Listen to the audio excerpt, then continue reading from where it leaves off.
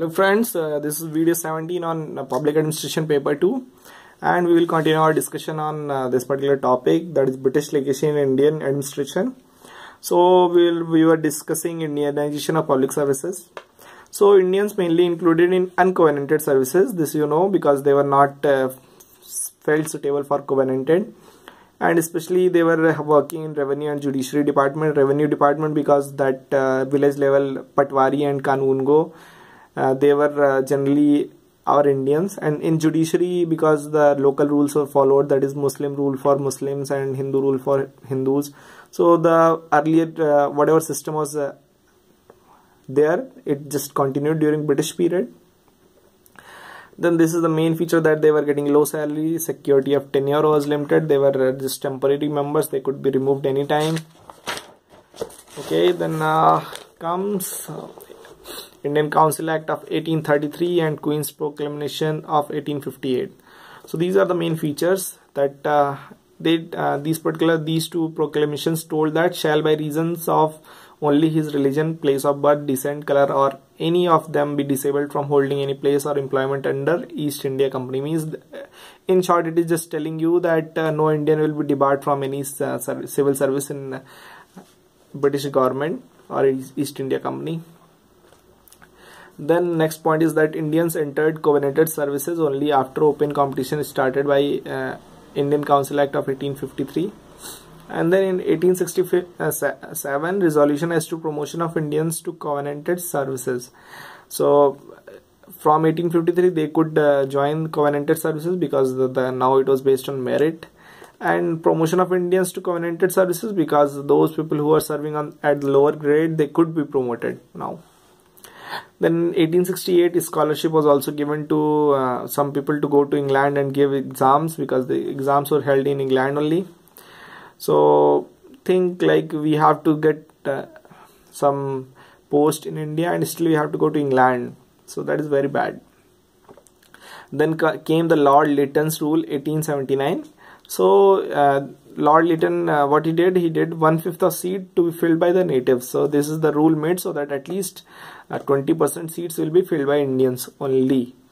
Then Atchison Commission, I already told you, it removed that covenanted and uncovenanted services. It just formulated 3 services, that is provincial services, then subordinate services, then imperial services. So ICS, PCS and subordinate, these are the 3 recommendations by Atchison. The Lee Commission of 1923, it told that all India central and provincial services, these 3 services should be made. So this is the main germination point of all India services. Before this, the all India services were also known as imperial civil services, that is ICS.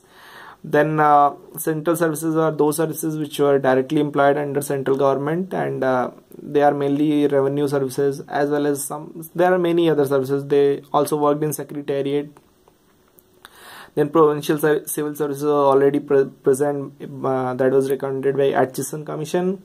So you should remember these particular names, Atchison, Lee Commission. If you are able to write these particular names, or Lord Lytton's name, or ICA, Queen's Proclamation, and all these things, so you get very good marks in public administration. And 50:50 ratio of ICS and IPS, Indian Provincial Services. This is so. This was the recommended by Lee Commission, and I don't know if it was implemented or not. Then came Islington Commission and Montfort report. They gave their reports in 1919 and 1920. So they recommended that 33% of Indians should be there in IPS. Before this, IPS was totally having Europeans, because the police functions were totally controlled by them, as well as military. Then 50% in other services, that is judicial services, revenue services, and then this civil services, that is DM. And 50:50 ratio of Indian is to European reached till 1939. And in 1939 we were having equity between European officers and Indian officers.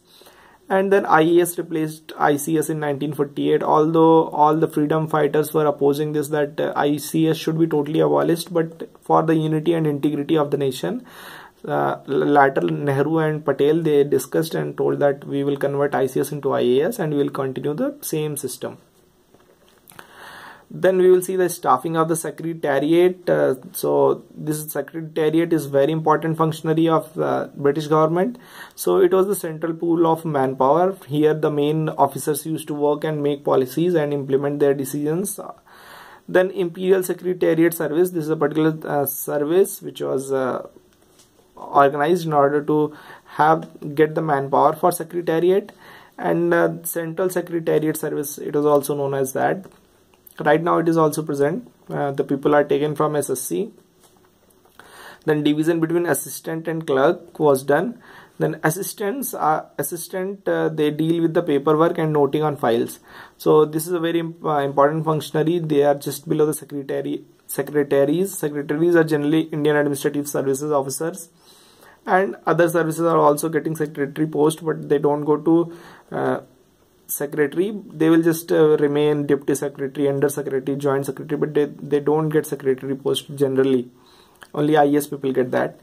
Then clerks, they deal with the routine works, that is filing, noting, as well as generally paperwork. So the main drawbacks of this secretariat are that heavy reliance on precedents. What happened in past, they always followed the rules.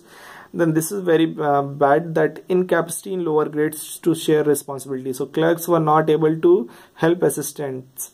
Then the practice of excessive record keeping / noting. So they were doing a lot of notings, and that led to a lot of delays.